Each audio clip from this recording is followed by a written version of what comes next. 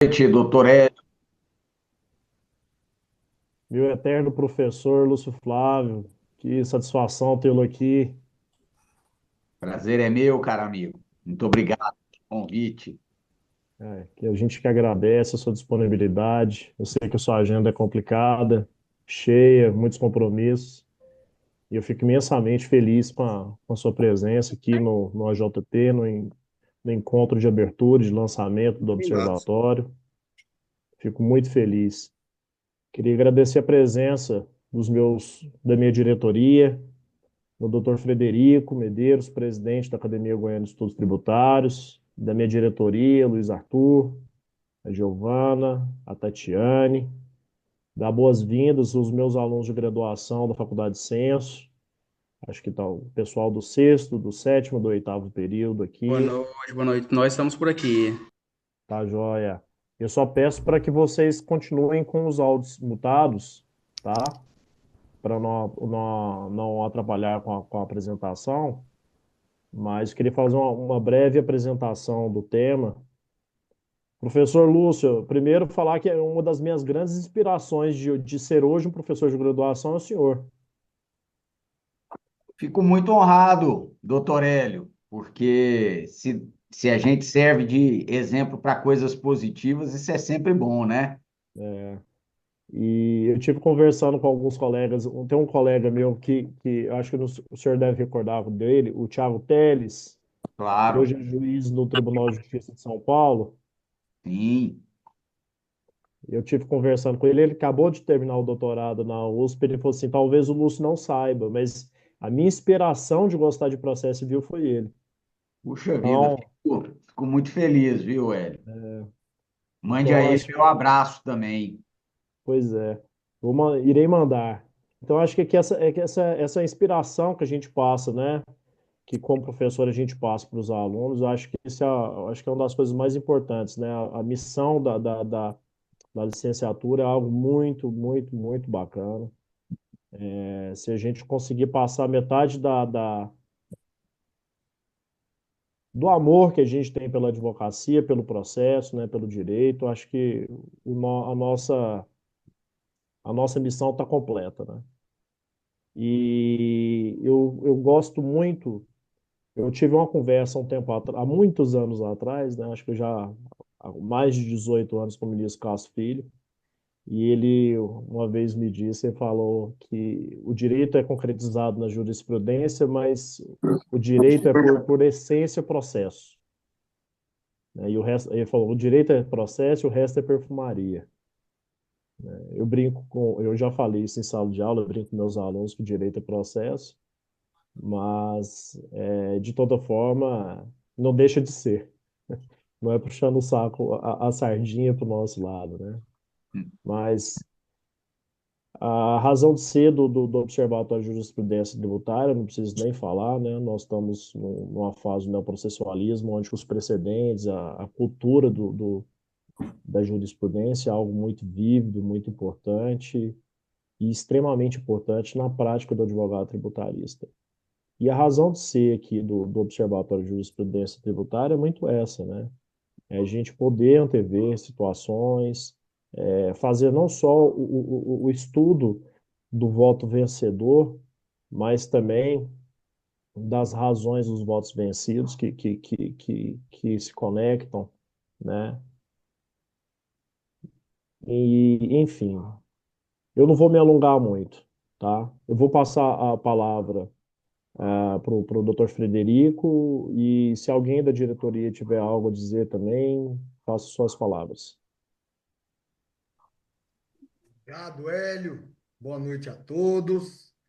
Gostaria aqui de dar as boas-vindas a todos, né? Parabenizar o Núcleo de Observatório Jurisprudencial pelo brilhante encontro, né, de lançamento. Temos aí um convidado especial, professor Lúcio Flávio, que eu acompanho também há anos e sou fã de carteirinha.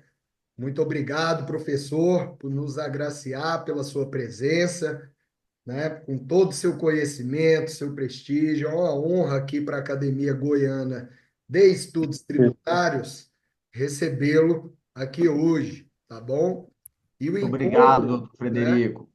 Obrigado, professor. Nós que agradecemos a sua presença aqui e o compartilhamento do seu conhecimento. Hoje temos muito a aprender e, com certeza, já vejo que o encontro é sucesso e que o núcleo também vai ser um grande sucesso. Quero parabenizar aí o doutor Hélio, doutora Giovana, doutora Tatiane, doutor Luiz Arthur, pelo brilhante trabalho, tá? E, pessoal, em breves considerações, porque hoje o evento é do nosso núcleo, do Observatório de Jurisprudência Tributária. Só falando para quem não conhece, nós somos a Academia Goiana de Estudos Tributários, instituto sem fins lucrativos, desvinculado a qualquer instituição. E o nosso propósito é disseminar o conhecimento em direito tributário para todos os operadores do direito tributário, seja auditores, contadores, advogados, temos magistrados também nos nossos grupos, né? Então, o nosso propósito é disseminar sem fins lucrativos o conhecimento na seara tributária, ok? E também não só para quem é operador do direito tributário, mas quem pretende ingressar nessa seara. Então, está aqui mais um núcleo criado com esse propósito. Temos o grupo geral, temos o núcleo, né, do direito tributário do agronegócio e temos agora o núcleo de observatório da jurisprudência tributária. Em breve, anunciaremos aí também a criação de dois núcleos novos aí para a nossa AGET. E de primeira mão, né, eu gostaria de, falando nesse assunto, de anunciar para vocês a criação, pedir um pouquinho, só essa oportunidade para a diretoria do núcleo, de anunciar a criação do nosso núcleo de contencioso tributário, que iniciará suas atividades agora no primeiro semestre de 2025. Estou encabeçando, né? Quem me conhece, eu sou um amante do tema, né? Contencioso tributário, e temos aí na nossa diretoria do núcleo o doutor Walter Ventura, que é procurador da Fazenda Nacional, professor, bem conhecido no meio acadêmico também, chefe do setor de transações tributárias da PFN aqui no estado de Goiás, e temos o professor Guilherme Ribas, que ele é chefe de gabinete do ministro Gurgel de Faria. Quem atua, né, na seara tributária conhece muito bem o professor, assim carinhosamente o chamo, professor Gurgel de Faria, que é aquele ministro que profere vários entendimentos aí bem bacanas, bem ricos em conteúdo, à luz dos princípios constitucionais tributários, na seara, né, nos leading cases de direito tributário. Então, pessoal, sem maiores delongas, que o evento hoje está rico, né? E o evento hoje é do Núcleo de Observatório de Jurisprudência Tributária. Gostaria só de anunciar esse mais novo núcleo, e temos uma novidade aí em breve, né? Doutor Hélio, doutora Giovana, doutora Tatiane, doutor Luiz, sobre o próximo núcleo aí que está bem especial também. Então, Hélio, eu devolvo a palavra para você conduzir os trabalhos, passar a palavra, porventura, à sua diretoria, e o evento é de vocês. Eu estarei aqui aprendendo mais uma vez com o professor Lúcio Flávio. Tivemos a oportunidade na reunião da comissão de ter um debate bacana sobre a temática de hoje, com certeza vai ser bastante enriquecedor. Toélio, com a palavra novamente. Muito obrigado. Obrigado, Frederico.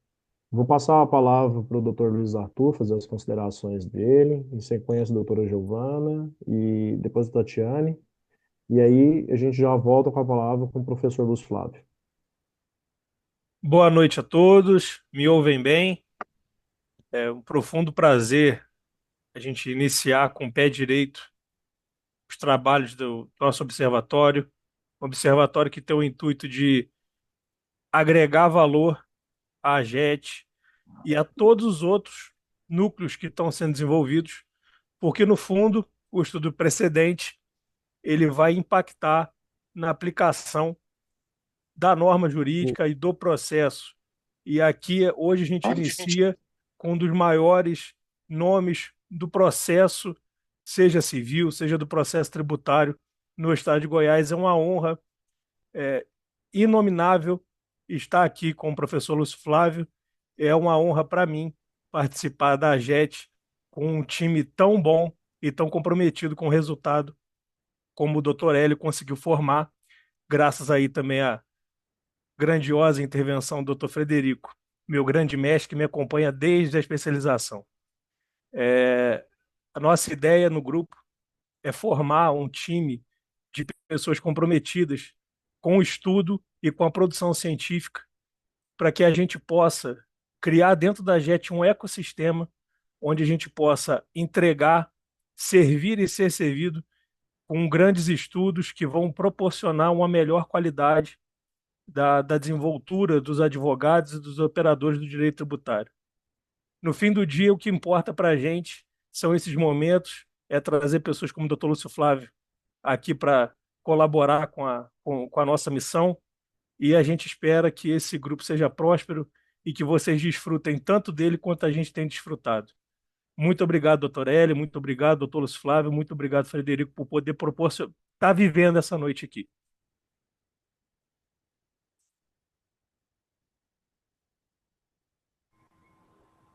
Oi, Boa noite, Giovana. pessoal. Olá, Hélio. Muito obrigada, Hélio. Bom, antes de mais nada, eu gostaria de agradecer a presença do Dr. Lúcio Flávio. É sempre uma honra escutá-lo. Ele é uma pessoa super carismática e eu sabia que ele aceitaria esse convite nosso para o início desse núcleo do Observatório de Jurisprudências Tributárias.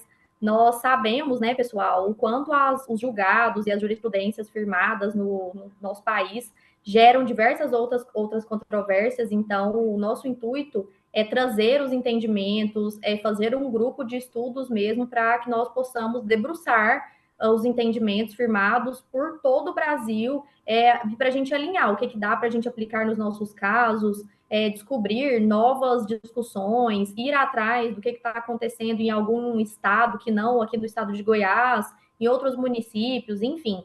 Eu acredito que vai ser um grupo muito interessante, muito bacana, agregador. E quem quiser participar ativamente, temos os grupos da AGET sempre muito calorosos. As pessoas mandam suas dúvidas e são sanadas. Então, esse é só mais um núcleo que eu tenho certeza que veio para ajudar tantos profissionais quanto estagiários que queiram advogar na área, que estejam perdidos. Contem conosco, contem com a AGET. E mais uma vez, muito obrigada, doutor Lúcio. Obrigada, Hélio, Luiz, Tati e todos os outros diretores que também estão aqui. Muito obrigada.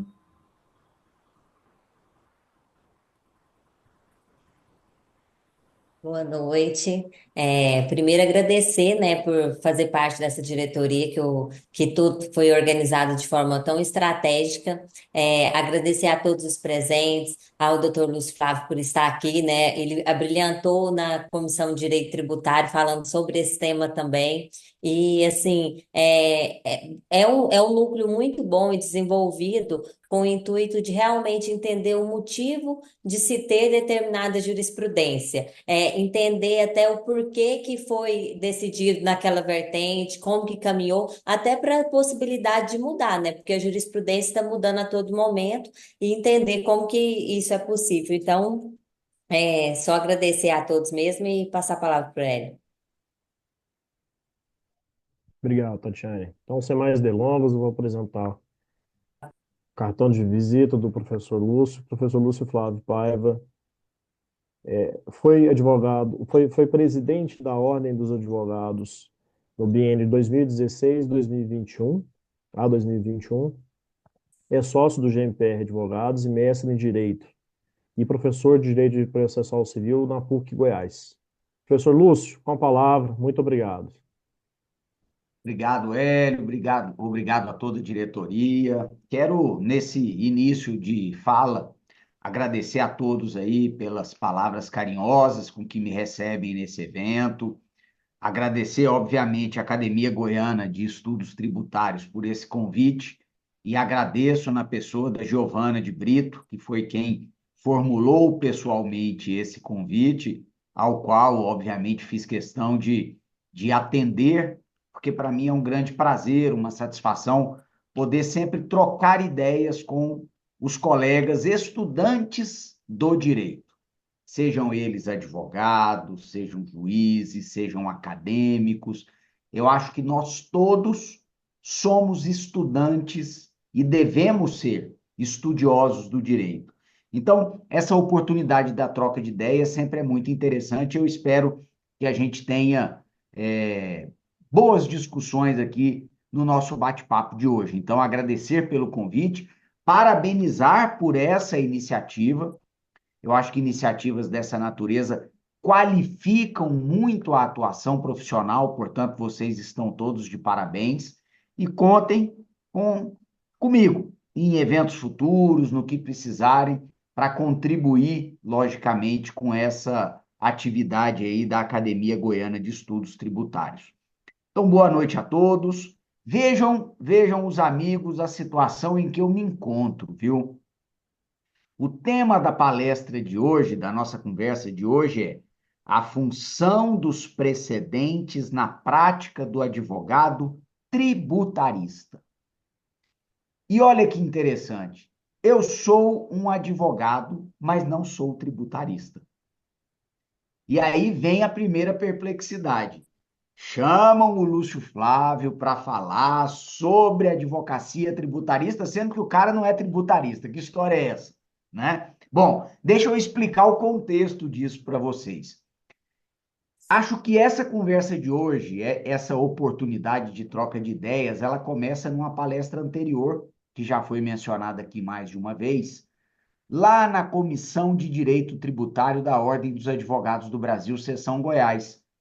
Eu fui convidado para fazer uma palestra lá sobre temas processuais.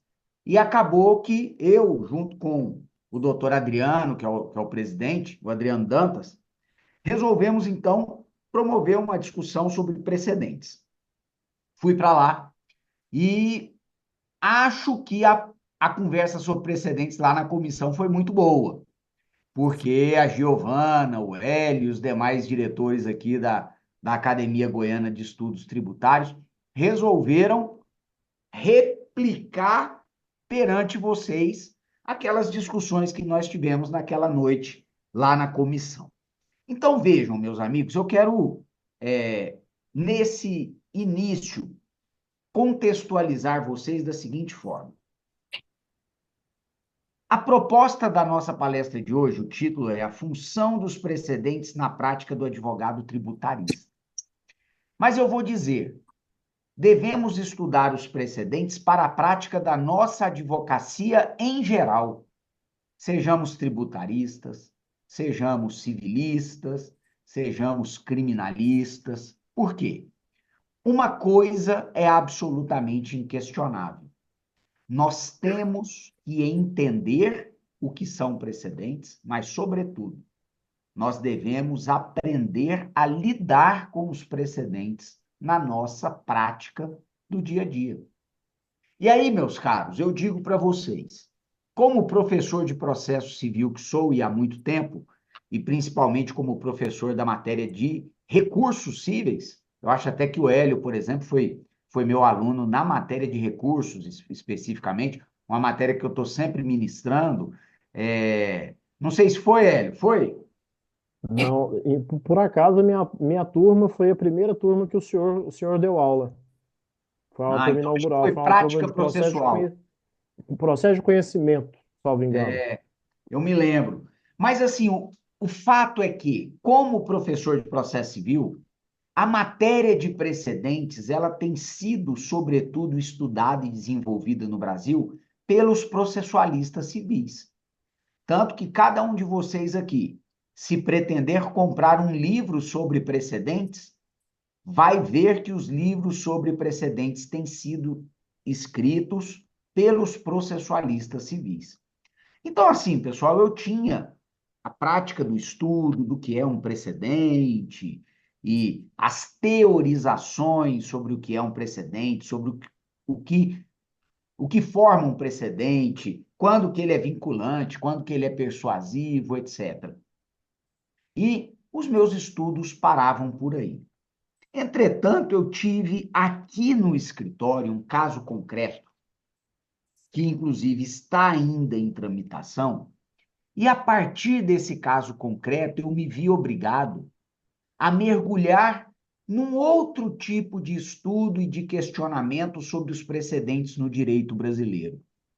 A partir desse caso concreto, eu tive que, na minha advocacia, estudar para lidar com os precedentes.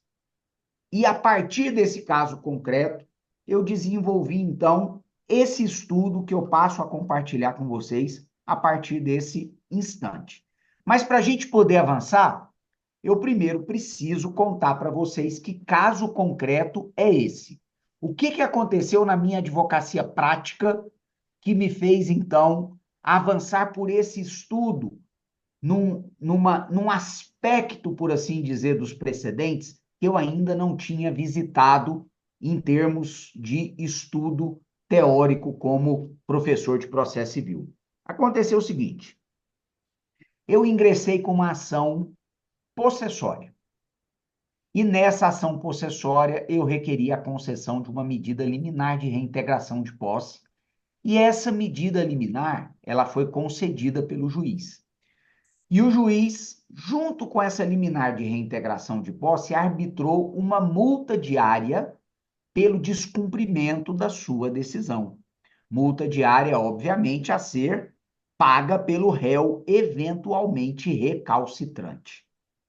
A famosa astreinte, né? Essa multa diária para obrigação de fazer, não fazer, etc., tem esse nome aí, a astreinte, apesar de, até onde me consta, esse nome não estar especificado no Código de Processo Civil, é mais ou menos algo trazido em jurisprudência e doutrina. Pois bem, o que aconteceu? Esse réu, ao invés dele cumprir a decisão de reintegração de posse, ele optou por recorrer para o Tribunal de Justiça do Estado de Goiás, um agravo de instrumento, e, portanto, resistir ao cumprimento dessa ordem.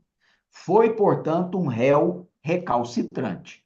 Logo, começou a correr contra ele essa multa, essa astreinte. E era uma multa pesada. Se eu não me engano, era uma astreinte de R$ 30 mil por dia de descumprimento dessa decisão. E esse réu, já adianto a história para vocês, ele descumpriu essa liminar durante meses a fio. Pois bem, quero dizer que esse agravo que discutia a liminar foi objeto de decisão pelo Tribunal de Justiça, e o Tribunal de Justiça, nesse agravo, manteve a liminar de reintegração de posse em favor do meu cliente. Bom, para forçar o réu ao cumprimento dessa reintegração de posse, considerando que recalcitrante ele era, o que eu fiz? Eu resolvi ingressar com o cumprimento de sentença. Vale dizer, eu resolvi ingressar com uma execução para cobrar essa multa. Claro, um cumprimento ainda provisório, porque não tínhamos, à época, trânsito em julgado da decisão que aplicou a astreinte, mas, a meu sentir, plenamente viável. E por quê? Porque o novo Código de Processo Civil, e aqui a gente já começa a entrar diretamente no tema da nossa conversa de hoje, o novo Código de Processo Civil, que já nem é tão novo assim, né, pessoal? É lá de 2015, com vigência a partir de 2016, o dito novo Código de Processo Civil, em seu artigo 537, parágrafo 3º, expressamente autoriza a instauração de cumprimento provisório da multa diária. Olha o que diz esse parágrafo 3º do artigo 537 do CPC. Abro aspas. Esse é o dispositivo legal, minha gente. A decisão que fixa a multa é passível de cumprimento provisório, devendo ser depositada em juízo, permitindo o levantamento do valor após o trânsito em julgado da sentença favorável à parte. Fecho aspas, ponto. De novo, para quem gosta de anotar e acompanhar, essa é a disposição contida no parágrafo 3º do artigo 537 do CPC. E eu faço questão aqui, considerando que nós todos somos estudantes e, portanto, intérpretes do direito, de destacar a parte inicial do dispositivo que diz assim, ó, a decisão que fixa a multa é passível de cumprimento provisório. Me parece que o dispositivo legal, parágrafo 3º do artigo 537, não deixa qualquer sombra de dúvida.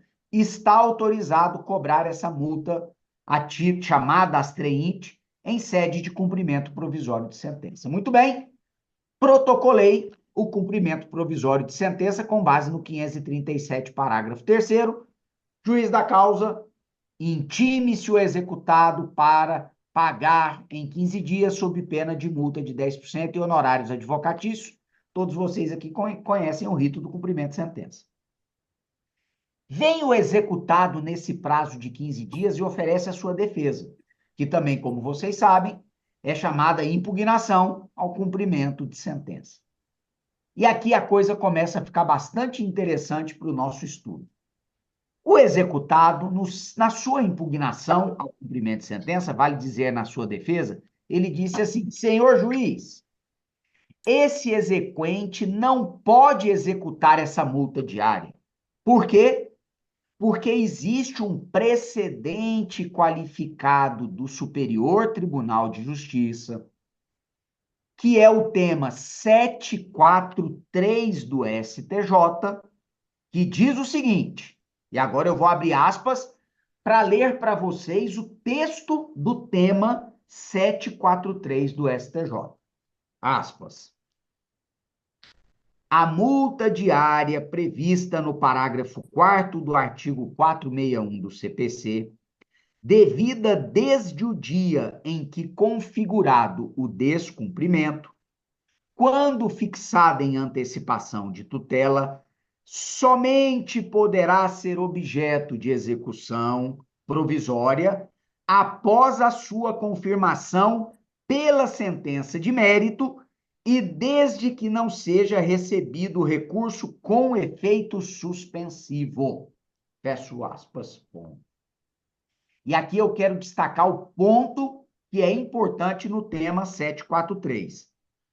A multa fixada em antecipação de tutela, que é exatamente o caso que eu citei para vocês, a ação possessória liminar é uma antecipação de tutela, somente poderá ser objeto de execução provisória após sua confirmação pela sentença de mérito. E desde que o recurso contra ela interposto não tenha efeito suspensivo. Bom, acho que os senhores perceberam que temos um problema.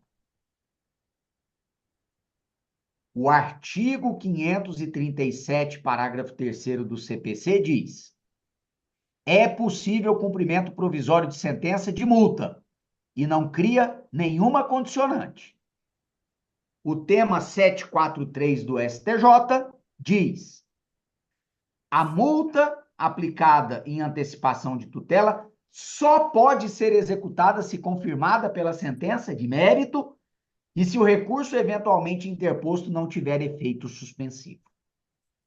Bom, não vou entrar ainda nas questões propriamente jurídicas do caso, eu vou continuar contando a história para vocês, porque é ela que é muito interessante. O juiz da execução provisória, o que ele faz, caros colegas? Ele acolhe a impugnação ao cumprimento de sentença e fala assim: eu, juiz da causa, sou obrigado a aplicar o precedente vinculante do STJ, que é o tema 743. Extingo o presente cumprimento de sentença, portanto. Pior, viu? Para vocês que são advogados. Pior.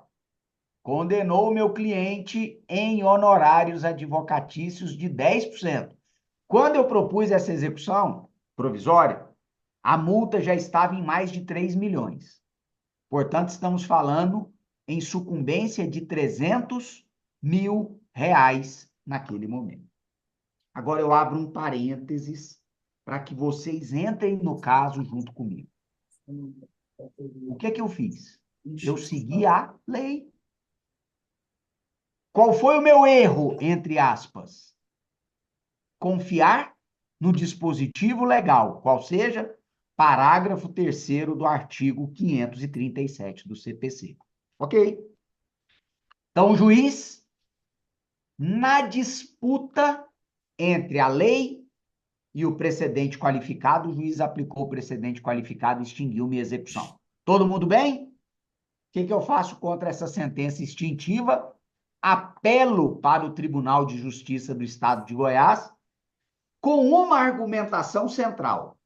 Eu digo assim, tribunal, o precedente 743, o tema 743 do STJ, está superado, porque o legislador editou uma nova lei que é posterior a ele, dizendo exatamente o contrário. Dizendo que é possível o cumprimento provisório da multa, independente de confirmação de sentença, sem condicionante, portanto. Esse foi o teor, resumido, objetivo da minha apelação. E o que acontece? O Tribunal de Justiça do Estado de Goiás, em acórdão unânime, diz assim: tem razão o apelante. O novo CPC inovou integralmente nessa matéria, portanto, o tema 743 do STJ, que foi construído na vigência do CPC anterior, está superado, siga o cumprimento de sentença. Então, ganhei. Mas o que faz a parte contrária?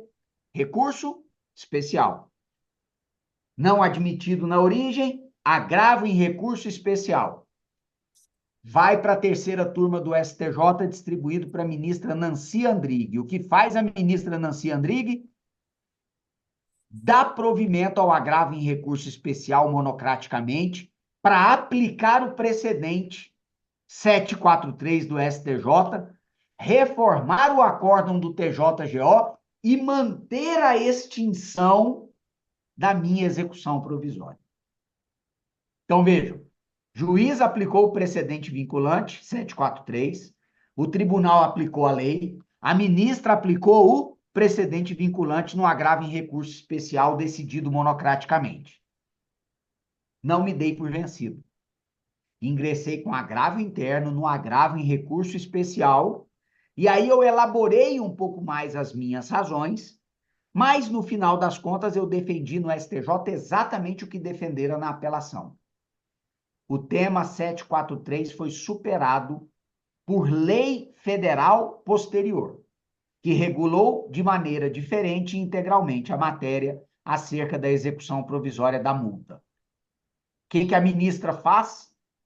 Se retrata da sua decisão e leva o recurso especial para a 3ª turma. E na 3ª turma, o meu agravo interno é por unanimidade provido. Virou o jogo de novo. A 3ª turma do STJ, no agravo interno, no agravo em recurso especial na apelação civil, decidiu que se aplica o CPC, o parágrafo 3º do 537, e não o precedente vinculante, tema 743 do STJ. Muito bem? O que faz a parte contrária? Embargos de divergência em recurso especial, dizendo o seguinte, ó, essa decisão, esse acórdão aqui do STJ nesse caso, está divergindo de outro que diz o contrário, que se aplica ao tema 743, mesmo depois da vigência do CPC de 2015. Portanto, embargos de divergência admitidos, e hoje esses embargos de divergência estão lá na Corte Especial do STJ para serem julgados. É um tema que não foi afetado a repetitivo, mas os senhores hão de perceber que nós temos uma questão que, conquanto ela verse sobre 537, parágrafo 3º do CPC de um lado, tema 743 do STJ, por outro, nós temos um tema muito mais importante, na verdade, aqui. E agora eu vou começar a sair do caso concreto para trabalhar algumas reflexões sobre precedentes com vocês. O que está em discussão aqui, meus amigos, de novo, é mais do que o 537, parágrafo 3º, e o tema 743 do STJ. O que está em discussão é como lidar com precedentes. E se um precedente pode conflitar com um dispositivo expresso de lei.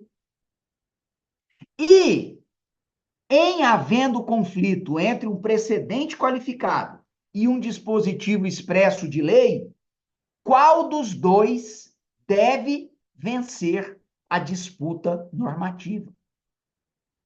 Porque, vejam, nesse caso concreto, concordam vocês que não dá para aplicar os dois ao mesmo tempo? Se eu aplico o tema 743, a minha execução provisória tem que ser extinta, concordam? Mas se eu aplico o 537, parágrafo 3º, a minha execução tem que prosseguir.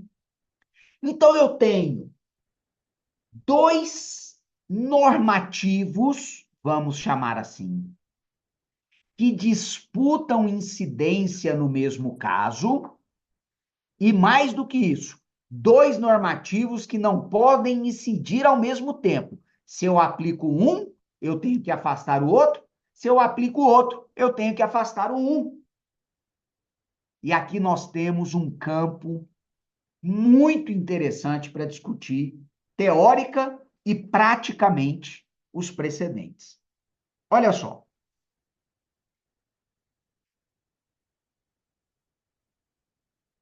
A primeira discussão que eu coloco aqui, e eu desde logo quero dizer para vocês o seguinte, pessoal. Eu não estou aqui para oferecer respostas prontas. Até porque eu não as tenho, eu estou estudando tudo isso que a gente está conversando aqui. Eu estou lendo, me aprofundando, tentando entender. Então, é muito provável que eu traga mais dúvidas do que soluções para vocês. Que eu mais bagunce a cabeça de vocês do que as organize. Mas, pelo menos, eu vou colocar uma grande interrogação que vai motivar a todos nós estudarmos o direito enquanto ciência. Então, olha só a primeira indagação que eu faço à luz desse caso concreto. A lei, no caso, o artigo 537, parágrafo 3º do CPC, a lei federal é induvidosamente fonte do direito. Eu vou dizer mais. A lei é a fonte primária do direito. Penso que todos nós, ou quase todos nós, aprendemos isso. E eu vou dar dois dados para vocês aqui, que talvez referendem essa primeira colocação. Diz a Constituição: ninguém é obrigado a fazer ou deixar de fazer alguma coisa, senão em virtude de lei. Abro um parênteses. Tudo bem que tem gente que diga que esse lei aí tem que ser interpretado de maneira mais ampla, mas não vou entrar nessa discussão. E no direito tributário, assim como no direito penal, nós temos digamos assim, um apego muito maior a essa reserva legal, por exemplo, na criação de tributos. Ou a gente já está permitindo, e eu não sei, a criação de tributo por outra coisa que não seja lei do parlamento.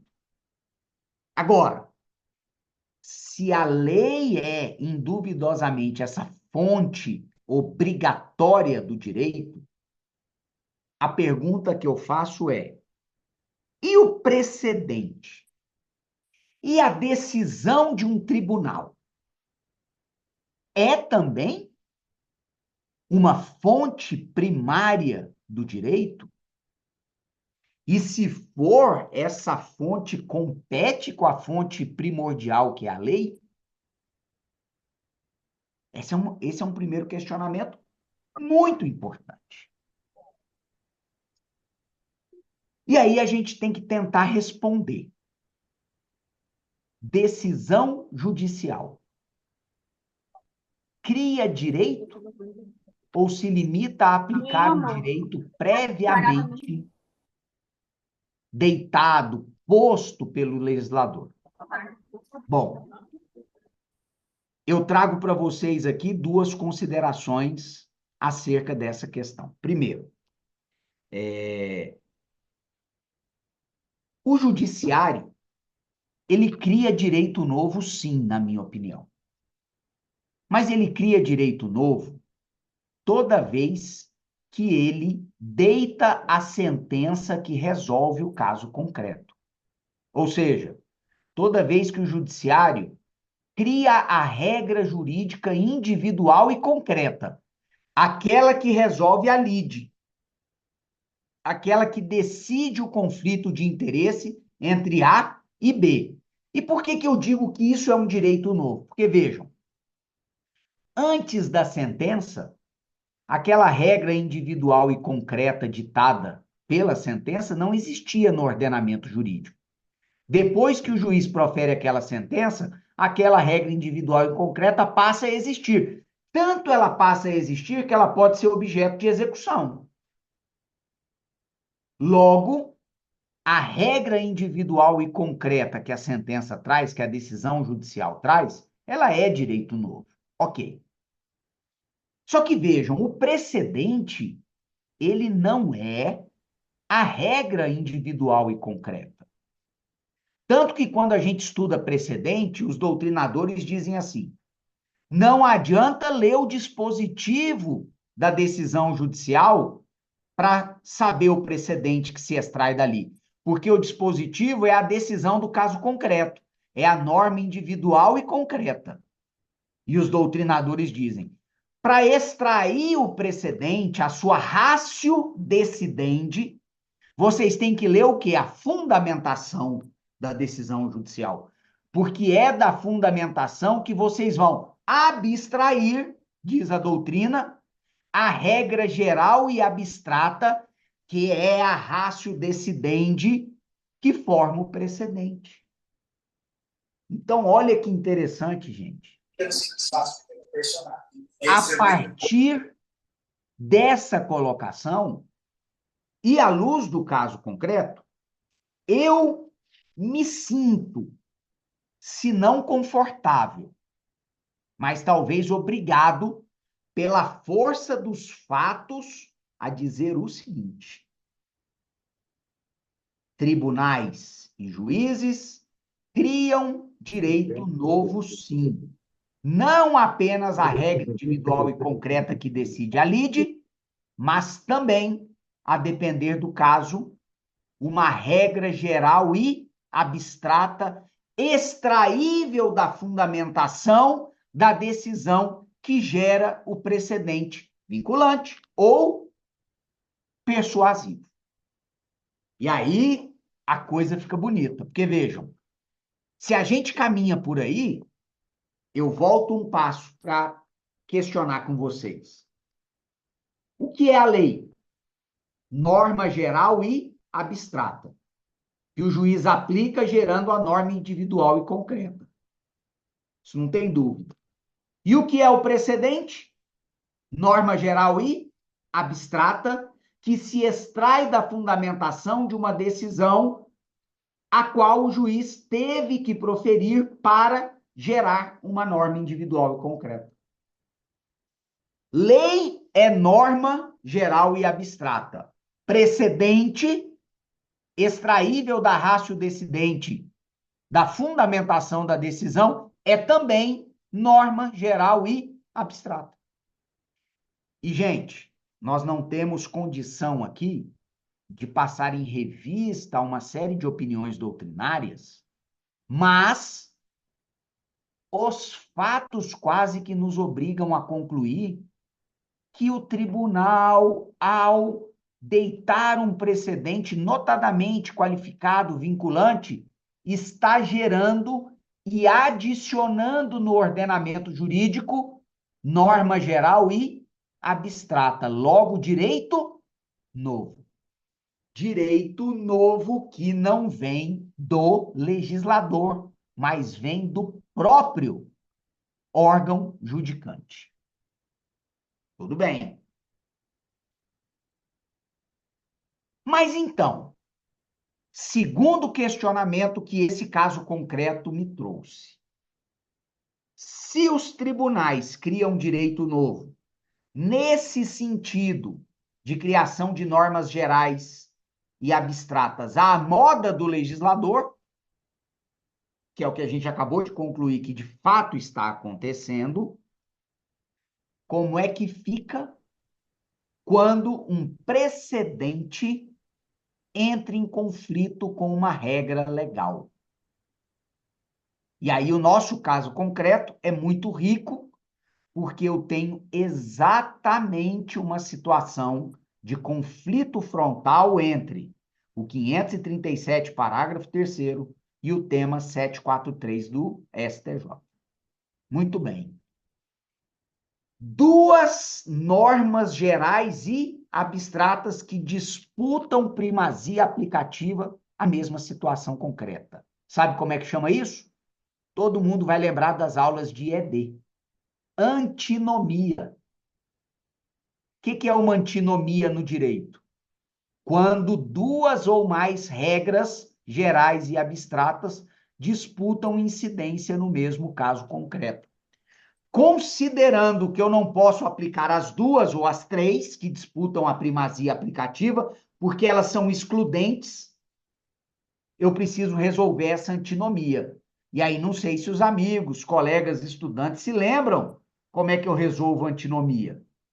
Eu tenho que pegar critérios de hierarquia, critério temporal, critério de especialidade, para poder resolver essa antinomia. Concordam comigo? Aí vamos, olha que problema que aqui a gente tem. Vamos pensar no critério da hierarquia para tentar resolver essa antinomia do caso concreto. O Código de Processo Civil é lei federal, ninguém discute, né? Então, essa é a hierarquia naquela pirâmide normativa de tradição kelseniana que todos nós aprendemos. Constituição, legislação infraconstitucional, regulamentos, portarias infralegais, aquela, né? Aquela pirâmide de Kelsen. Eu sei muito bem aonde está a lei federal. Aí a minha pergunta para vocês é: e aonde que nós vamos colocar os precedentes? Notadamente esses precedentes qualificados e vinculantes. Eles são uma espécie de norma geral e abstrata? E se são, eu preciso de localizá-los, colocá-los em algum lugar do ordenamento jurídico, nessa pirâmide. Pergunto a vocês aonde colocar. Será que eu vou ter que equiparar, por exemplo, esse precedente do STJ a uma lei federal? É um problema para o qual eu ainda não tenho solução. Fica, portanto, a pergunta: se o precedente é uma norma geral e abstrata, onde ele se localiza dentro da pirâmide de Kelsen, para que eu possa, por exemplo, resolver antinomias entre o precedente e uma outra norma geral e abstrata? É uma questão a se discutir, né? E aí, vejam, eu vou dar um passo a mais. Imaginemos que eu diga que o precedente vinculante, tema 743, é norma geral e abstrata de hierarquia igual à lei federal. Certo? Se eu decidir isso, equiparando na hierarquia, para resolver essa antinomia, que é a minha tese, no caso concreto, eu tenho que puxar pela regra da novidade. Qual seja, a regra mais nova revoga a regra mais antiga quando elas têm a mesma hierarquia. Então, a minha ideia, a minha defesa primordial nesse caso concreto, que está servindo aqui de laboratório para a nossa conversa, é justamente qualificar o precedente como tendo hierarquia ou sendo equiparável a uma lei federal, a uma norma geral e abstrata, e resolver a antinomia pelo critério temporal, a significar que o legislador, tendo disposto de maneira distinta do que o precedente vinculante dispusera, a lei prevalece sobre o precedente. Muito bem? Tem um probleminha aqui. Voltando ao caso concreto. O STJ não decidiu o meu caso, mas em um outro caso similar, sabe o que o STJ disse? Não interessa o que a lei disse. Tem que aplicar o precedente 743. Então, notem os senhores, o STJ, num outro recurso de embargos de divergência, na antinomia entre o tema 743 e o parágrafo 3º do 537, optou por cumprir o próprio precedente vinculante e afastar a regra legal. Será que com isso o STJ estaria colocando o precedente numa hierarquia superior à hierarquia da lei federal? É um ponto de interrogação que está posto e para o qual nós ainda temos que dar algumas respostas. Mais um questionamento e a gente encerra essa conversa sobre como lidar com precedentes. Imaginem que o STJ decida esse e outros casos dizendo o seguinte: no conflito entre precedente qualificado e lei, vale o precedente. Se o STJ decidir isso, nós vamos ter que quase que assumir que a decisão judicial que supostamente era para aplicar a lei vale mais do que a própria lei. É a atividade de interpretação e aplicação se sobrepondo à norma geral e abstrata que foi deitada pelo parlamento. E aí nós temos um problema adicional que é muito grave, que é o seguinte: a nossa Constituição, ela diz assim, que a nossa República Federativa é um Estado democrático de direito. Não é isso que a Constituição diz? Gente, um Estado de direito que é democrático é aquele Estado em que o seu direito, as suas normas gerais e abstratas, é produzida democraticamente. E como é que eu produzo democraticamente regras legais? Elejo representantes do povo, porque não dá para fazer uma democracia direta, e esses representantes, unidos numa casa congressual parlamentar, discutem, debatem, brigam, divergem e votam. Depois que vota, essa lei vai para uma outra casa do Congresso Nacional, finalmente ela vai para o presidente da República, que sanciona ou eventualmente veta tudo ou parte. Esse é o direito democrático, concordam comigo? Agora, o judiciário deitar normas gerais e abstratas é criação de direito, mas não é um direito democrático.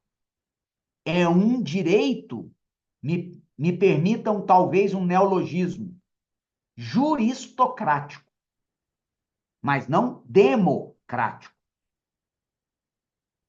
E aproveitando a lição de um professor Eduardo José da Costa Fonseca, um juiz federal que atua lá no interior de São Paulo e tem alguns livros interessantes sobre esse tema, inclusive um deles chamado Princípio Não é Norma. ele chama a atenção para o seguinte: tribunais que produzem normas gerais e abstratas, como se lei fossem, produzem um direito não só não democrático, como um direito aristocrático, porque de fato juízes não são eleitos. Portanto, se produzem essas normas gerais e abstratas, decorrem do exercício de um poder aristocrático decorrente ou da aprovação em concurso público, ou então da nomeação política pelo chefe do executivo. Essas, meu caro Hélio Mauro, são algumas das discussões, dos estudos e das perplexidades que a lida prática dos precedentes tem me trazido. Eu trouxe algumas perguntas para vocês, algum início de resposta para algumas dessas perguntas, mas nós ainda precisamos nos aprofundar, refletir, porque a depender das conclusões a que nós cheguemos, nós teremos que responder à pergunta: o que é direito no Brasil? De uma forma um pouco diferente daquela que estávamos acostumados a responder até então. É isso. Essas eram as reflexões que eu queria trazer. Agradeço a atenção de todos e me coloco aí à disposição, caso alguém tenha alguma colocação, quiser fazer alguma observação, para a gente poder conversar. Palavra contigo, Hélio. Obrigado, Lúcio. A gente fica um pouco perplexo de algumas atuações do STJ, principalmente, né? As turmas divergem bastante. E nesse caso, eu estava aqui acompanhando e percebi que existe realmente, deixa eu só botar o colega aqui, que existe uma antinomia de normas aí, né? Eu vejo que essa superação em face, eu vejo pelo menos, ao meu ver, a lei federal sempre vai se sobrepor à mudança, né? Principalmente depois que haja essa mudança na lei federal, há um precedente. Na minha visão, o precedente já é um precedente e já está superado, em face da própria mudança da legislação. Pois é, mas veja que o caso concreto revela que a situação na prática não é tão assim, né? E nós acresceríamos ainda aquela questão de que os precedentes vinculam não apenas os tribunais inferiores, como até o próprio tribunal que o deitou, que o positivou, até que a tese seja revista. Então, assim, será que numa antinomia como essa é preciso que o tribunal primeiro revogue o precedente vinculante para depois dar aplicação à lei? São questões muito interessantes, né? E que, na verdade, meus amigos, vão acabar se reproduzindo em absolutamente todas as áreas do direito. Aonde nós tivermos duas autoridades normativas produzindo normas gerais e abstratas em paralelo, muitas vezes sobre os mesmos temas, nós vamos ter esses descompassos que eu tenho chamado de antinomias, que eu não sei nem dizer se realmente seria adequado chamar de antinomia, tal o nível de dúvida que eu tenho com relação a todas essas questões. Lúcio, se me permite uma curiosidade. No interno, você suscitou a superação do precedente face à legislação federal. Sim. E aí a terceira turma do STJ, expressamente disse, no seu julgado colegiado, que o precedente estava superado pela superveniência do parágrafo 3º do artigo 537.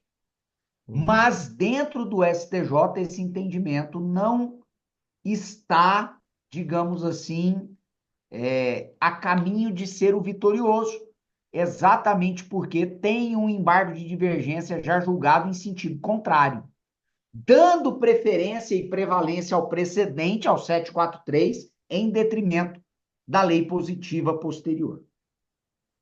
Isso me parece uma questão que chega ao Supremo.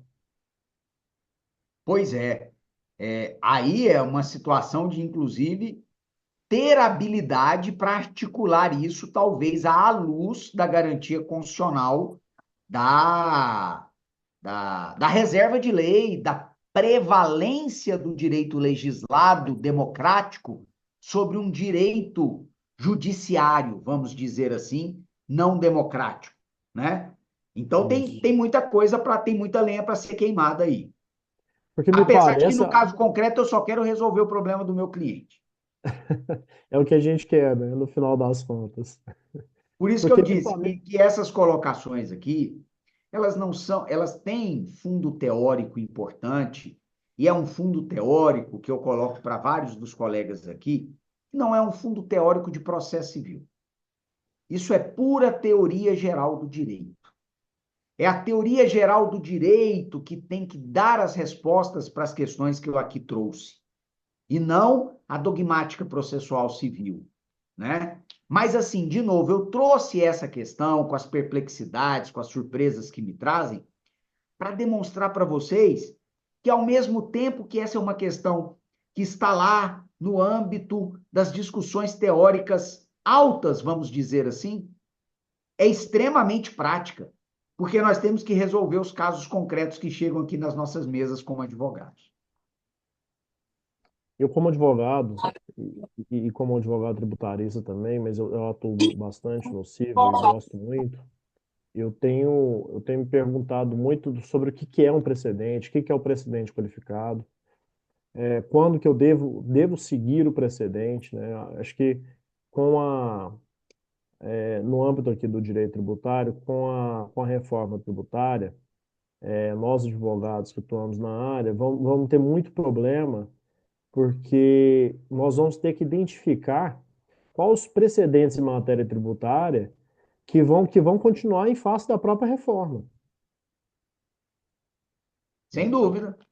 E aí eu vejo que essa discussão que o senhor trouxe vai ser um problema para todos nós. Tá aí uma questão que vocês vão enfrentar com certeza. Isso. Parece que o Vou. Frederico está com a O mãozinha Frederico está levantada. quase pulando da cadeira. Eu estou sentindo que ele está querendo falar. Eu vou, Fredão, a palavra é sua. me permite, que até Claro, claro, claro. o professor, né, Lúcio, aí eu estava, né, tive o prazer de assistir essa aula expositiva lá na Comissão de Direito Tributário, e eu queria só compartilhar uma premissa aqui, até mesmo, professor Lúcio, que a gente é de uma escola, né, muitos aqui, Instituto Brasileiro de Estudos Tributários, de presidência do professor Paulo de Barros Carvalho, e nós aqui, eu, a doutora Giovana, o doutor Hélio, o doutor Luiz Arthur, deixa eu ver aqui, o doutor Caio que está aí também, doutora Tatiane, e dentre outros vários aí, nós estudamos muito, né, como o senhor bem falou, a teoria geral do direito, né, encabeçada aí por Lorival Villanova, Geralda Taliba, que são, né, grandes nomes do direito tributário, mas que antes de adentrar o ordenamento jurídico tributário estudaram, né, a teoria geral do direito. E o debate que o senhor colocou aí com maestria, até mesmo no âmbito do processo civil, mas muito, né, atrelado aos debates do direito tributário, porque invoca uma questão de teoria geral do direito. Eu até coloquei aqui no grupo do pessoal do núcleo, né, de Observatório de Jurisprudência Tributária. Tem um doutrinador mais recente, né, mas que invoca aí os preceitos, obviamente, do Geraldo Taliba, do Lorival Villanova, que é essa classificação justamente, né, das fontes do direito, fontes formais, fontes materiais, e até o professor Tarek, ele fala, né, fontes formais, aí vem aí a questão da jurisprudência, fontes materiais, a lei em si. E como você falou, professor, né, até mesmo a clássica pirâmide de Kelsen, A gente vê, né? Eu estava pegando aqui, peguei o tema 743, né? Estudando aqui a sua palestra, professor, que fala que na época, né, antes do CPC de 2015, era devida, desde configurado descumprimento, quando fixado em antecipação de tutela, somente pode ser objeto de execução provisória após a confirmação de sentença de mérito e desde que o recurso eventualmente interposto não seja recebido com efeito suspensivo. Certo? A gente está falando de um entendimento de março de 2014. O parágrafo terceiro do artigo 537, que é a legislação aplicável, o senhor me corrija, professor, se eu estiver falando, né, alguma coisa desconexa à realidade, ele Isso. permite o cumprimento provisório, né, da multa, né, devendo, né, permitido o levantamento do valor, né, após o trânsito julgado. Então, assim, a gente tem uma norma posterior aplicável à hipótese fática, né, do seu caso, mas o STJ ele descumpre, né, o que está estabelecido na legislação por força de um precedente. Então, uma premissa assim que eu chego à conclusão é que a violação flagrante aqui, né, pelo princípio também da separação dos poderes, porque nós temos uma norma positivada, permitida a aplicação ao seu caso concreto, e um precedente que tem uma força normativa, segundo o entendimento do STJ, que prevalece sobre o que diz a lei. Então, assim, o que eu vejo nessa hipótese? Uma insegurança jurídica total e uma falta, data máxima vênia, professor, que aqui estamos na academia, uma falta de estudo mesmo por parte dos julgadores, né? Um preceito básico. Eu sou um fiel defensor de que a teoria ela é muito aplicável à prática. Então, como o senhor bem falou, professor Lúcio, aqui mesmo até um dos ideais da academia, né, aqui da nossa Academia de Goiânia de Estudos Tributários, é invocar essas premissas aplicáveis à prática. Talvez, professor Lúcio, né, perante o Supremo, não sei se aplicava uma arguição de descumprimento de preceito fundamental, que seria o princípio da legalidade tributária, seria acatado em sede da Suprema Corte. Mas o que eu vejo aqui é uma extrema insegurança jurídica em relação a esse tema, né? A prevalência desse tema repetitivo 743 do STJ. Então, são considerações assim simples, né, até para alimentar o debate e enriquecer aqui o que de fato foi já trazido. E mais uma vez, obrigado pelas brilhantes reflexões, professor. Eu que agradeço, meu caro amigo, e adiro às suas colocações e dois comentários muito breves aqui. Quando a gente lê a doutrina processual civil que justifica o regime de precedentes, sempre se lê que os precedentes vieram para aumentar a segurança jurídica, né? Entretanto, o que nós estamos vendo aqui nesse caso prático e em tantos outros que virão é a absoluta insegurança jurídica. Esse é um ponto. E o segundo é uma observação mais ampla que eu faço e deixo também para o pensamento e a reflexão de vocês. Esse é só um exemplo de um fenômeno que me parece maior no momento atual do nosso sistema jurídico. A lei que sempre ocupou o centro do sistema jurídico está sendo expulsa para a periferia do sistema jurídico. E o que está sendo posto no centro do sistema jurídico são as decisões judiciais, são os precedentes, notadamente os precedentes qualificados. Então, goste-se ou não, salvo se nós tivermos uma mudança de postura, e essa mudança de postura não é fácil, nós estamos vendo com os nossos olhos a substituição, se não total, mas bastante considerável, do direito legislado pelo direito judiciarizado. A lei sai do centro e vai para a periferia. E as decisões judiciais saem da periferia e vêm para o centro do sistema.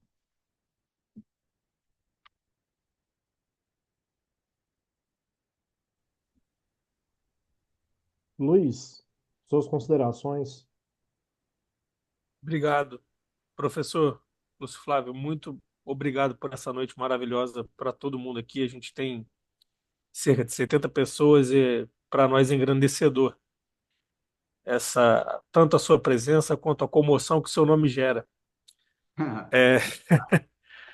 É, pegando o gancho, tanto agora do que o senhor e o doutor Frederico trouxeram ao debate, quanto de uma parte da sua exposição, me chama a atenção esse conflito entre o direito legislado e o direito judicializado, porque a função da jurisprudência ela vem para aplicar um efeito negativo da interpretação, né? E agora a gente tem enfrentado um judiciário fazendo papel de legislador positivo, muitas vezes. Isso é um quadro de flagrante insegurança jurídica e faz muito mal para a advocacia, porque a gente não consegue sequer mais controlar o passado, né? E agora, o ponto da sua exposição que me trouxe um debate é que, pegando o gancho do autor que o professor Frederico mencionou, que é o Tarek, assim como o senhor, ele entende que na edição de um precedente você tem duas normas. Uma norma que ele chama de norma-decisão, que é a norma que vai resolver o caso concreto, e uma norma precedente, que vai estar lá na ratio decidente e que vai iluminar através de uma cláusula hipotética e um consequente aplicação daquele precedente no futuro. E o caso que o senhor nos trouxe me impôs uma dúvida. A gente está disputando um precedente que tem capacidade de se tornar um meta-precedente. Digo por quê? Porque ao definir se a gente vai aplicar um precedente ou aplicar a norma nova, o direito positivo novo após aquele precedente, isso vai se tornar uma decisão. E essa decisão vai ter uma ratio. E a gente pode vincular nessa ratio um método para superar o direito legislado e aplicar um precedente. Então, parece que o precedente no Brasil, uma preocupação que eu tenho é que ele não pode ser um jogo de tudo ou nada. Ele tem que passar por um juízo quase que principiológico para que a primazia do direito não se torne tão somente uma formalidade nas mãos de quem, no fim, acaba decidindo. Porque senão a gente vai encaminhar, né, principalmente no direito tributário, onde o nosso adverso é o próprio Estado, a gente vai caminhar o direito como um todo, mas notadamente o direito tributário, que é onde a gente disputa as receitas, para um caminho do arbítrio. Então acredito que essa preocupação, esse movimento da advocacia, e principalmente com esse estímulo que um grupo como o Observatório tenta fazer, seja criar instrumentos para que a gente consiga elaborar um distinguish, provocar um overruling, para a gente poder, de fato, fazer com que o precedente, no bom desejo de dar segurança, não vire uma corda estrangulando a advocacia. Perfeito, Luiz. Gostei muito das suas colocações. De fato, a forma como essa situação ela vem para a mesa, ela pode gerar, de fato, uma metanorma, né? É a interpretação sobre a norma, né? A norma da norma, vamos dizer assim, né? Então, assim, essa é uma questão, de novo, muito, É o muito precedente superando a LINDB. é perturbador isso, né? Se a gente bem pensar, é uma situação perturbadora, porque assim, o que acaba acontecendo? A gente, e aí vocês me desculpem voltar né, ao Kelsen, mas eu sou um cara que, assim, gosta de ler Kelsen. E o Kelsen, ele colocou lá. Então, a gente tem lá na pirâmide a Constituição, as legislações infraconstitucionais, que são normas gerais e abstratas, que já são constrangidas, ainda que minimamente, pelo legislador constituinte, né, pela norma fundamental ali. Então, vejam, eu tenho a Constituição, que já traz um constrangimento maior ou menor no espaço decisório do legislador. Porque o legislador, quando ele edita a legislação infraconstitucional, ele está constrangido pelo limite da Constituição, né?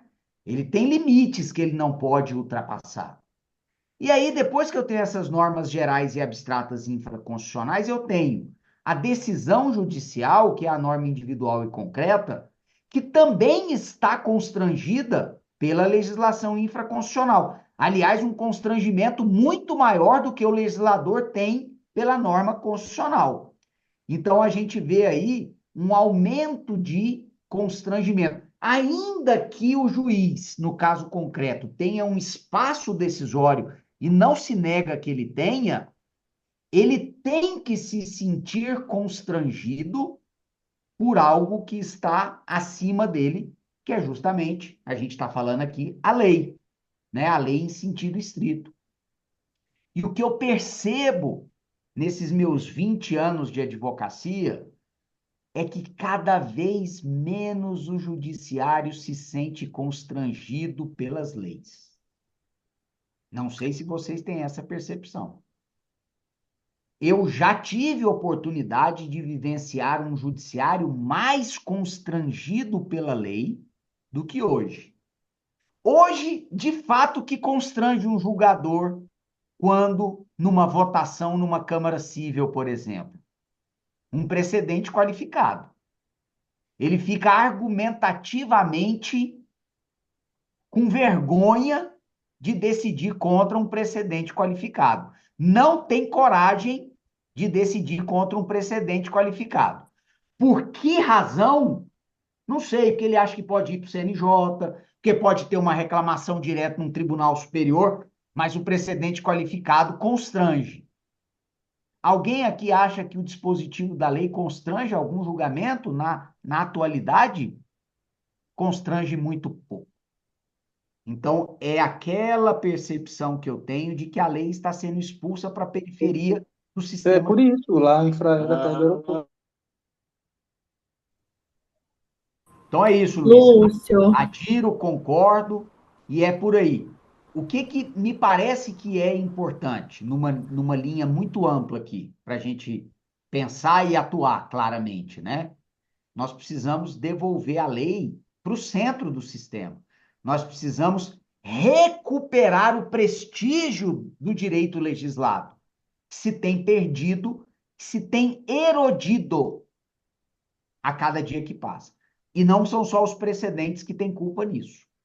Teorias interpretativas, teorias pós-positivistas, a teoria dos princípios tendo eficácia normativa, podendo derrotar e suplantar regras legais, isso tudo tem culpa no cartório. Mas aí é tema para um doutorado, não é tema para uma conversa como essa noite. Eu já ia falar que isso é um belo tema para uma dissertação de mestrado e doutorado, professor. Ah, isso aí dá para escrever uma biblioteca, né? A dissertação, não. Giovana, obrigada, Hélio. Bom, agradecer o Lúcio e só dizer que o que eu escutei muito aqui hoje foi a questão da insegurança jurídica. As pessoas procuram o judiciário por certa segurança, porque a gente escuta, a gente lê as leis, vê o que de fato é para ser aplicado, e na hora de buscar precedentes está completamente contrário à própria lei. Então, de fato, gera uma insegurança que não deveria ser o pensamento que a gente deveria seguir, né? Enfim, doutor, muito obrigada. Devolvo para você, Eri, se você quiser fazer a finalização do grupo.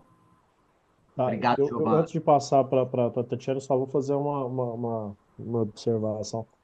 Me parece que essa experiência dos precedentes, né, da norma mais aberta, né, do direito jurisprudencializado, judicializado, por assim dizer. E eu acho que essa é uma experiência muito nova no direito brasileiro, né? Mas é uma tendência que a gente traz, né, que a gente importa do common law. Eu acho que a gente ainda vai ter um grande caminho pela frente até fazer essa junção e trazer isso para um ambiente que traga mais segurança jurídica. E interessante essa fala do professor Lúcio, enquanto que a lei, a gente não pode esquecer que a lei ela tem um conteúdo de legitimidade democrática, né? Enquanto o Poder Judiciário não possui essa legitimidade, né? Então, me preocupa muito isso, essa migração da lei para a periferia, né, do direito é realmente preocupante. E eu acho, professor, que tem muito juiz, principalmente desembargador, que nem se constrange em emitir um voto em cima, passando por cima de um precedente qualificado. Pelo menos se ele fizer, a parte prejudicada tem uma reclamação. Agora, quando a lei que seria vinculante é descumprida, a gente tem que ir para a via crucis recursal e vai subir um recurso especial extraordinário lá, amigo. Mais fácil um camelo passar no buraco de uma agulha do que um recurso extraordinário ser.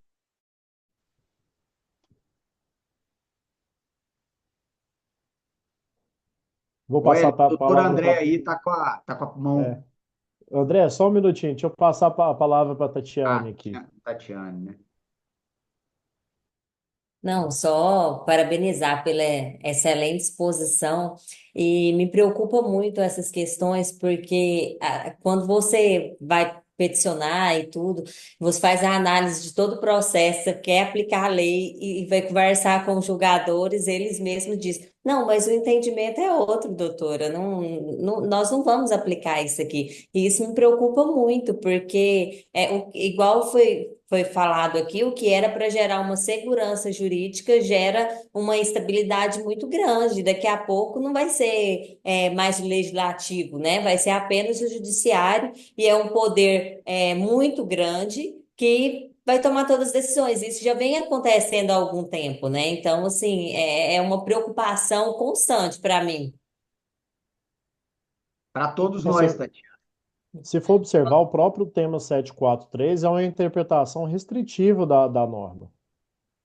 O 461 antigo do CPC não trazia essa condicionante. E aí é outro tema também, quer dizer, sob a alegação de interpretar e aplicar, né, se dobra a lei à vontade de quem deita a decisão e não à vontade do legislador, que tem a legitimidade democrática para tanto, etc. E a gente acaba criando o argumento do é mais. Eu passei pelo argumento do é mais recentemente e foi até curioso, porque o TJ do estado aqui de Goiás, ele tem uma súmula, que foi editada uma súmula, só que é uma súmula sobre servidores estaduais, mas ele replica a interpretação de uma súmula dos servidores federais, que é uma súmula da STJ, e o regime jurídico é completamente distinto. E num ponto específico sobre o marco inicial da contagem prescricional, adotou-se aqui no TJ de Goiás uma súmula que faz referência ao STJ. E aí eu fiz o distinguish, levei a despacho, e aí o relator me deu o argumento do é mais. Ele falou, mas é que tem uma súmula. E aí a gente acaba ficando quase num, num, num embaraço, porque o precedente é muito mais. A gente verifica no direito anglicano, a ideia do precedente é oxigenar a interpretação do direito e da vida comum com um viés mais rápido do que seria o processo legislativo costumeiro. E o que a gente vê é o engessamento por conta do que o senhor muito brilhantemente falou, desse constrangimento interno. Não se constrangem pelo outro poder, se constrangem pelos amigos de corredor. E aí fica um pouco delicado para a advocacia tentar explicar. É isso aí. André, por favor. Então, boa noite. a todos. É um prazer rever aí. Primeiramente, vou cumprimentar o professor Lúcio Flávio, que foi meu professor de processo civil coletivo lá na PUC, na época da graduação. Bom, André, Os amigos do IBET aí, pessoa doutor Frederico, doutora Giovana, e doutor Lúcio Flávio, quando eu levantei a mão aqui para fazer essa pergunta, eu acho que no momento que eu levantei a mão, o senhor já adentrou um pouco no, na resposta do que eu ia perguntar. Quando o senhor falou sobre esse deslocamento da lei para a periferia e sobre essa dificuldade que nós temos, né, de constranger os juízes a aplicar a lei em detrimento dos precedentes, a minha pergunta seria o como, né? Assim, primeiro, o tema me fez pelo menos vagar por algumas filo, é, filosofar bastante sobre alguns temas, passando até por um contexto político, um cenário, né, de constrangimento da autoridade, digamos, do poder judiciário e a forma de aplicar a lei. Então, dado que o senhor foi na época que meu professor, um professor que ensinou muitos o como fazer, e eu sei que o senhor aqui já nos adiantou que está trazendo muito mais perguntas do que respostas, eu perguntaria, então, como a gente faria, qual é a sua sugestão do como fazer para que a gente volte a constranger, volte a trazer a lei para o centro. André, a pergunta é muito boa e muito difícil de ser respondida, porque na realidade nós estamos vivenciando um estado geral de periferização do direito legislado, como a gente está concluindo aqui. E eu não teria uma resposta de como reverter esse processo, que é um processo muito grande, ao qual alguns embarcam consciente e outros tantos embarcam inconscientemente, né? E que, sem dúvida nenhuma, traz consequências muito complexas para o sistema jurídico, notadamente aí uma situação de afrouxamento dos padrões normativos e essa falta de constrangimento que a gente está conversando aqui. Agora, eu posso tentar dar para você um início de resposta de como eu me porto na minha advocacia, tá? Como é que eu faço as minhas peças, como é que eu trabalho as minhas sustentações orais. Claro que não sempre, porque nós temos situações, processos em que a discussão é eminentemente fática, probatória, etc. Então, não estou falando que é sempre assim. Mas, quando é oportuno, por exemplo, eu inicio uma sustentação oral quase sempre dizendo o seguinte: senhores julgadores, a regra legal que decide este caso é essa. Se a lei está sendo empurrada para a periferia, e nós achamos que não é o caso, o que nós temos que fazer na nossa prática diária? Puxar a lei de volta para o centro. Então, nas minhas peças, nas minhas intervenções orais, sempre que possível, eu coloco a lei no status hierárquico que ela tem e que ela merece, destacando que é ela a regra, que o fato preenche a hipótese e, portanto, o judiciário tem que aplicar a consequência. É isso que eu procuro fazer. E, eventualmente, numa situação como essa, que é a situação concreta que eu trouxe para vocês, entre um precedente e uma lei, eu vou sempre procurar defender que a lei prevalece, né? E para isso, mas para a gente poder fazer isso com argumentos convincentes, eu acho que nós precisamos nos preparar para lidar com os precedentes à luz de todas essas questões que a gente colocou aqui. Mas sendo objetivo e terminando a resposta para você, André, recoloque a lei no centro, mesmo que ela esteja sendo empurrada para a periferia. Muito obrigado, professor. Vitor, Boa noite. Boa noite. Boa noite aos colegas, né? Boa noite, doutor Lúcio, doutor Frederico Medeiros. Primeiramente, assim, só ressaltar um ponto. Gente, é bom demais escutar gente inteligente. É aquela máxima, assim, esteja nos locais onde você é a pessoa mais fraquinha ali, né? Porque ali é o ambiente de crescer. Feita essa consideração, professor, eu quero compartilhar uma angústia. Eu não sei se é esse o sentimento que fica entre os senhores também. Mas é uma angústia, né? E aqui eu antecipo a pergunta, e depois eu vou fazer uma pequena consideração. E assim, colado ali na pergunta do doutor André, mas ao invés de saber assim o como fazer para superar, eu quero perguntar assim, ó, como lidar com os nossos clientes perante essa situação? O que que a gente traz para os nossos clientes? Aqui a gente adota uma franqueza absurda. E isso às vezes é bom, e nós até utilizamos isso de forma estratégica nos fechamentos de contrato. E às vezes é ruim, a gente perde negócios por conta desse tipo de precedente. Mas vamos lá. A angústia que eu sinto é a seguinte: a impressão que dá é de que é uma subversão geral da ordem jurídica, né, que nós temos posta. Eu fiz pequenas anotações aqui que eu não vou me delongar, até levantei a mão aqui depois, que já estava sendo encerrado, né? Peço desculpas por isso. Mas, por exemplo, no Brasil vigora o princípio do livre convencimento motivado.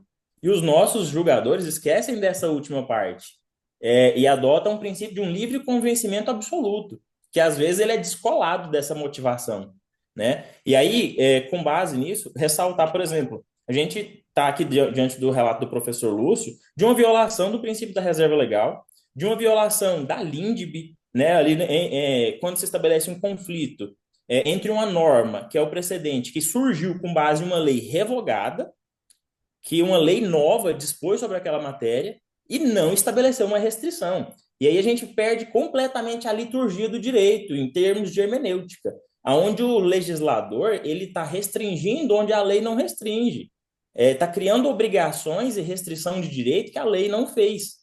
E então assim, beleza, o nosso Código de Processo Civil inaugurou uma nova fase no direito brasileiro em relação à valorização dos precedentes, no intuito de se criar segurança jurídica.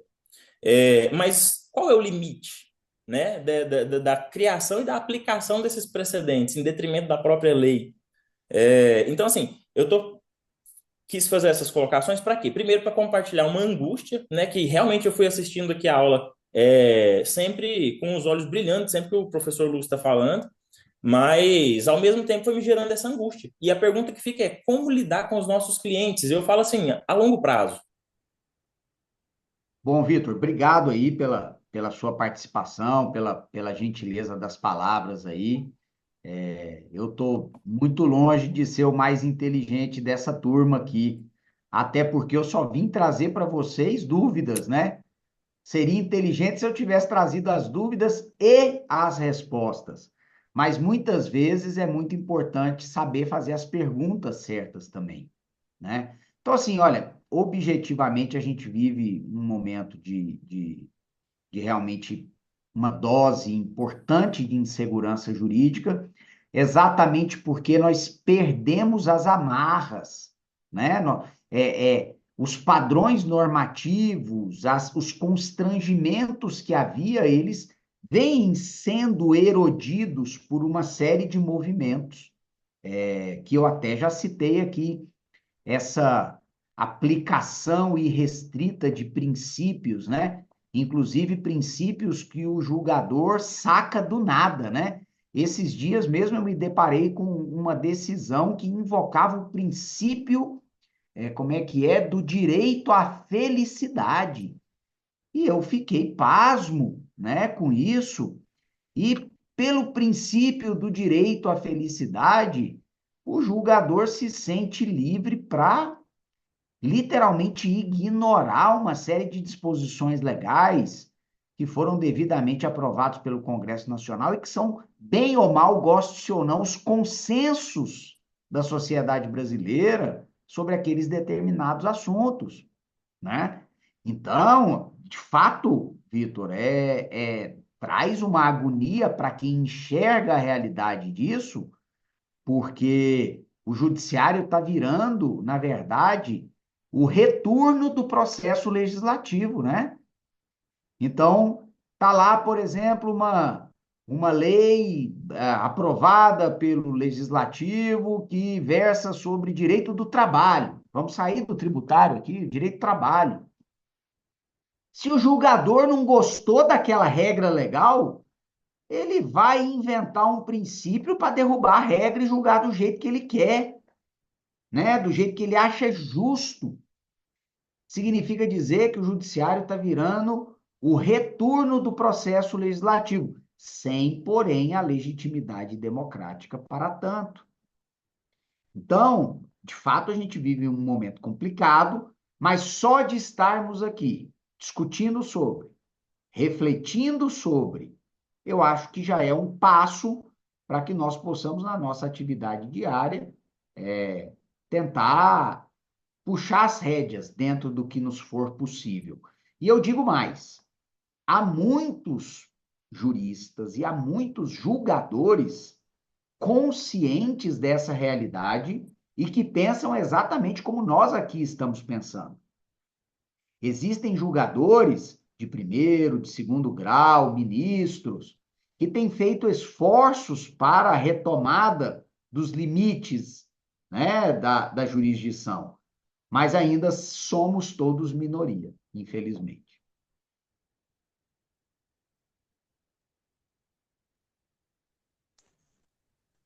Luiz, você estava querendo falar algo?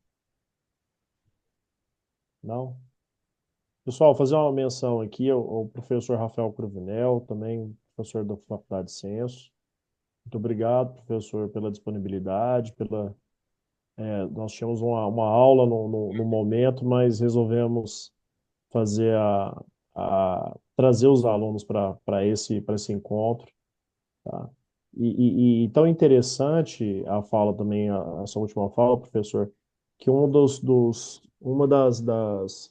dos objetivos do OJT é justamente esse, né? Nós vamos ter esses encontros virtuais, né, para discussões, e depois, no segundo momento, né, nós vamos ter dois encontros por mês, um online, e esse encontro presencial, aonde que nós vamos trazer os textos, né?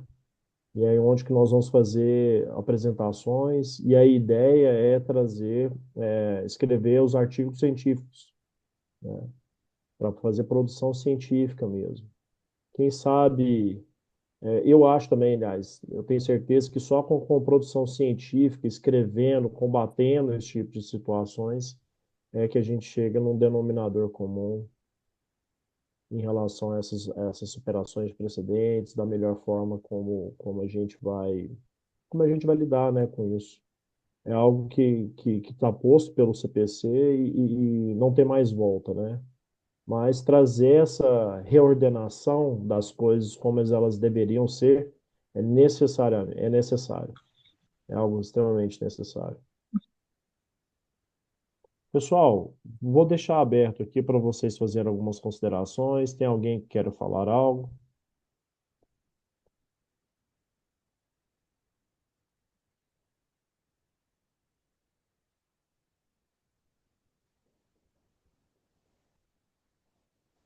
Frederico, mais alguma consideração que você queira fazer?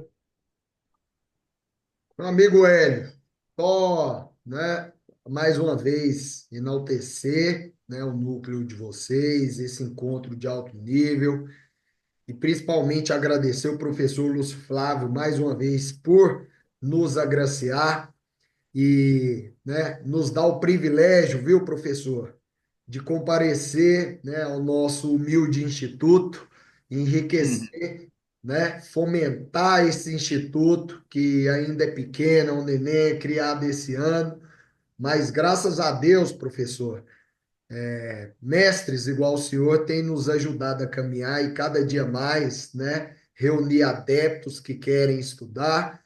E o nosso objetivo é esse: disseminar os estudos tributários, né, o estudo do direito em si. Hoje, premissas, né, da introdução ao direito, muito importantes invocadas, e o debate, mais uma vez, de alto nível. Então, somente agradecê-lo, professor, mais uma vez, e parabenizar o nosso núcleo e agradecer a todos vocês, tá, pessoal? A participação de vocês, gente, só um ponto que eu tenho tocado em todos os encontros dos demais núcleos, é muito importante, né? A gente tem o projeto de, né, gravar os encontros, subir para o nosso canal de YouTube, mas, ó, a participação ao vivo e a cores de vocês é que fomentam a continuidade das nossas atividades, tá bom, pessoal? Então, assim, gostaria de deixar registrado o meu pedido para a participação de vocês, são vocês que fomentam, né, o nosso humilde projeto.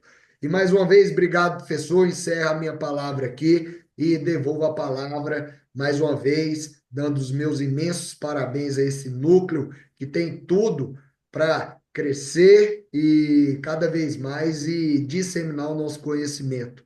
Obrigado a todo mundo da diretoria, a todos os membros aí cativos, tá? Um abraço. Tá ótimo. Pessoal, alguém da diretoria queira fazer mais alguma consideração? Apenas agradecer ao Dr. Lúcio a disponibilidade, foi ótimo, muito obrigada.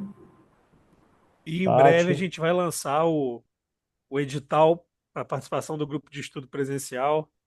Vai ser um prazer ver esse quantitativo tão grande abrilhantando a nossa rotina de estudos aqui do Observatório. Confesso que estou animado pelos encontros presenciais, viu, Luiz? Eu também, e bastante. E provavelmente, Tatiane? o professor Lúcio, ó, no seu escritório, viu? Portas abertas, viu? Portas abertas. Vai ser um prazer. Tatiane, mais alguma consideração? Não, só agradecer. Então, estamos todos animados pelos encontros presenciais. Tá ótimo. Professor, muito obrigado. Passo a palavra para o senhor. Faça o encerramento desse brilhante encontro. Não, meus amigos, só agradecer, foi muito bom, foi um grande prazer. Peço desculpas se trouxe problemas para cabeças de vocês aí, ficarem queimando neurônios com esses desafios que nós temos, mas foi uma grande alegria. Obrigado por tanto carinho e tanta atenção. Valeu mesmo. Muito obrigado a todos. A gente dá por encerrado o nosso encontro. Boa noite. Uma satisfação tê-los aí nesse horário. Tchau, tchau, pessoal. Boa noite a Um todos. abraço. Boa noite, meu povo.